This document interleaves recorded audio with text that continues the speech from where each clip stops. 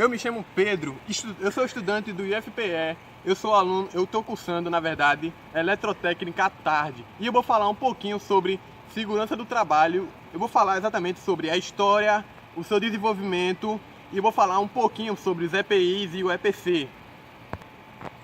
Bem, a história da segurança do trabalho, ela é bem antiga, ela se vem lá do nascimento, antes do nascimento de Cristo. E lá com os egípcios, lá na época dos faraós. Bem, como vocês sabem em história, os egípcios, eles começaram não com escravos, e sim com eles mesmos trabalhando. Ou seja, nessa época, eles mesmos trabalhavam. Então eles têm um certo cuidado para não machucar os cidadãos de lá, né?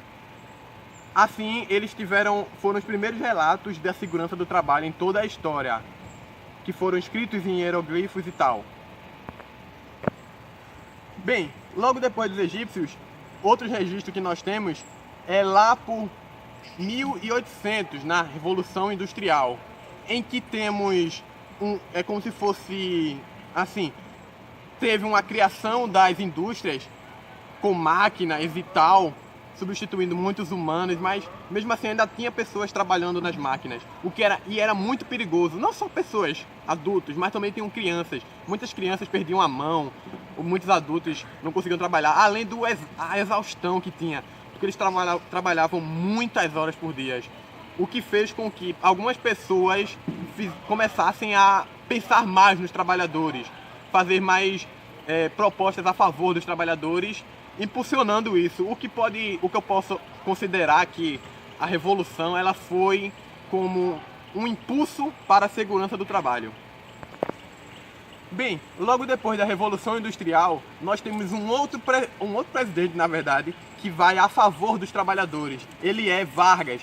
Vargas ele fez a CLT, que ajudou muitos trabalhadores, ou seja, foi certo que uma revolução para os trabalhadores.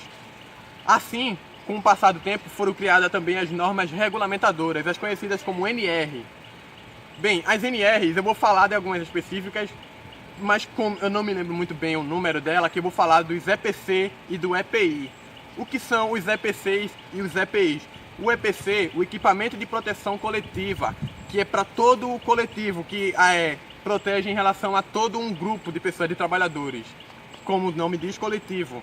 E o EPI, que é o equipamento de proteção individual, que como o próprio nome diz, é para proteger individualmente, como um capacete, um óculos de proteção, uma luva, isso para determinados tipos de trabalho. Bem, eu vou dar um assunto bônus, eu vou falar do CIPA da NR5.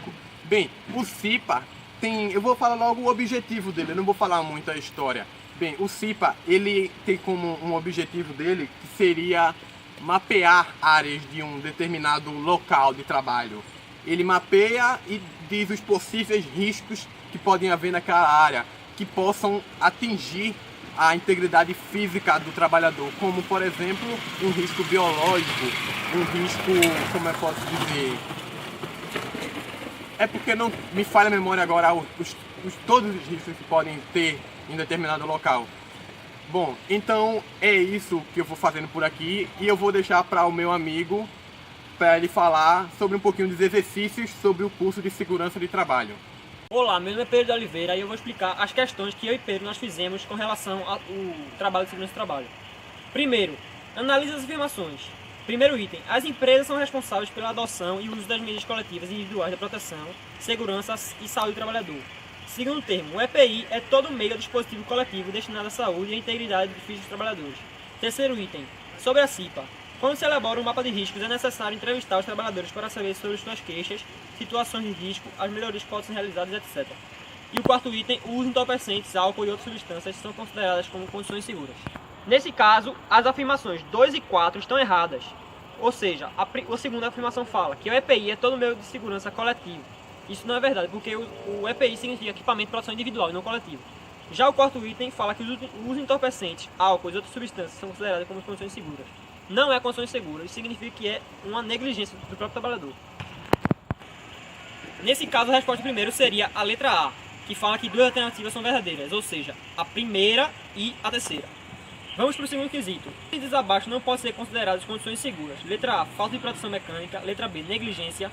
Letra C, escadas inseguras. Letra D, tubulação mal planejada. Ou letra E, ventilação inadequada ou incorreta. Nesse caso, a resposta seria a letra B, que é negligência. Por quê? Aqui fala na questão que não pode ser considerada condições seguras, ou seja, negligência. Já que o primeiro quesito, no quarto, fala que os entorpecentes de álcool e outras substâncias são consideradas como condições seguras. E está certo. Então, a letra B do segundo é a resposta correta do segundo quesito.